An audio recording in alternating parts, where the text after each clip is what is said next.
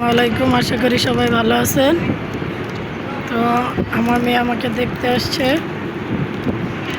আজকে আমি কিছুটা কম অসুস্থই বেশি, কারণ এর আগে আমার বমি হয়নি, কিন্তু আজকে আমার বমি হয়েছে, ইভেন পেটে ব্যথাও, যার কারণে আমাকে অ্যান্টিবায়োটিক দেওয়া হয়েছে। তো পেটে ব্যথাটা খুব বেশি ছিল। তো জ্বরটা আজকে সকাল থেকে আর আসেনি। তো জ্বর নিয়ে আর টেনশন মনে হবে না। এখন দেখা যাক বিকালে আর জ্বর আসে কি না, কারণ এখন হচ্ছে বিকাল 4টা। তো বিকালে যদি আবার জ্বর আসে তাহলে বোঝা যাবে যে আসলে জ্বরটা কি আসে কি না। তো দিকেও কিন্তু আমার এখন বমিটা হচ্ছে আর ওই পেটে ব্যথাটা হচ্ছে বেশি করে। আমার বড় মেয়ে আসছিল ওর নানুর সাথে, আর ওর বাবা সারাদিন আমার কাছেই আছে। মেয়েরা আজকে ওর নানুর সাথেই ছিল। তো এখন বড় মেয়ে ওর নানুর সাথে চলে গেছে। এখন এখানে হসপিটালে চার বিস্কিট দিতে চলে আসছে। হসপিটালেই খাবার দেওয়া হয়। তো হসপিটালে আজকে দুপুরে ভাত, ভেন্ডি ভাজি, ডাল আর বড় রুই মাছের ভুনা দেওয়া হয়েছিল। তো এগুলো আমার খাওয়া একদম নিষেধ। আমার একদম লিকুইড জাতীয় খাবার খেতে হবে। এখন আমি লিকুইড জাতীয় খাবারই খাচ্ছি। স্যুপ, ডাবের পানি, স্যালাইন এগুলোই খাচ্ছি। তো সেগুলো আমি খাইনি, সেগুলো সিনহার আব্বুই খাইছে। এখনও সিনহার নানুর সাথে বাড়িতে চলে গেছে। সিনহা আজকেও স্কুলে যেতে পারেনি।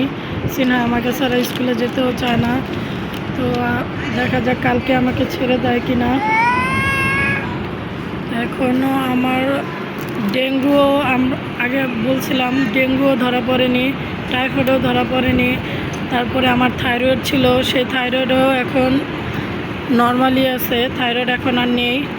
তো এখন কোনো কিছুই ধরা পড়েনি। তারপরেও আমার এই জ্বর আর পেটে ব্যথা, তারপরে হচ্ছে ডায়রিয়া। তো ডাক্তাররা বলতেছে এটা খাবার থেকে নাকি হয়েছে, যে কোনো খাবার থেকে এই জিনিসটা হয়েছে, যার কারণে আমার এত মারাত্মক জ্বর আর এই পেটে ব্যথা আর ডায়রিয়া। তো এখন আমার মনে হয় না তো আমি এমন কোনো খাবার খেয়েছি। তারপরেও এখন তো সব খাবারই ভেজাল। এখন কোন খাবারের থেকে কীভাবে হয়েছে সেটা তো আর আমি এখন বলতে পারতেছি না। তো তারপরেও এখন সারাদিন পরে এখন একটু ভালো লাগতেছে, কারণ অ্যান্টিবায়োটিকটা দেওয়ার পরে পেটে ব্যথাটা কমেছে। আর এখানে আমার মেয়ে শুয়ে শুয়ে ডাল ভাজা খাচ্ছে। তো আমি এগুলো খেও না, এগুলো খেলে পেটে ব্যথা করবে বাবা। তো এগুলো নিচে ফেলে দেবো, নয়তো ছোটো মানুষ এগুলো মুখে দিয়ে ফেলবে। ওঠো। তো আজকে সারাদিন ওর নানুর কাছেই ছিল, বাড়িতে অনেক একা, তো ওর নানু দুজনকে সামলাতে পারতেছিল না, তো ওকে এনে রেখে দিয়ে গেছে। আর ও বাড়িতে ওর বাবাকে না দেখতে পেয়ে খুবই কান্নাকাটি করতেছিল, কারণ ও তো ওর বাবাকে বেশি ভালোবাসে। ও আমি না থাকলেও চলবে, কিন্তু ওর বাবা না থাকলেও ওর অনেক সমস্যা নাকি আম্মু। বাবা কোথায় বাবা? তো এসে আমার কাছে আসেই না, ওর বাবার কাছে চলে গেছে। ও আমার কাছে আসতেই চাচ্ছে না, হাতে ক্যানোলা দেখে ও ভয় পাচ্ছে। তার উপরে স্যালাইন চলছে। তো ওর বাবার কাছেই থাকে, রাতে ওর বাবার কাছে ছিল। ওর বাবা কালকে হাসপাতালে ছিল না। এখন আমার এই জ্বরের আপডেট হচ্ছে, এখন আমার আর জ্বর নেই, কিন্তু পেটে ব্যথাটা আছে। যদি পেটে ব্যথাটা কমে যায় ইনশাল্লাহ আমি হয়তো কালকে চলে যাব বাড়িতে।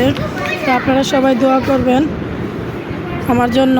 আর আপনারা সবাই সুস্থ থাকবেন, ভালো থাকবেন, কেএস দয়ানর ব্লগের সাথেই থাকবেন। আল্লাহ হাফেজ।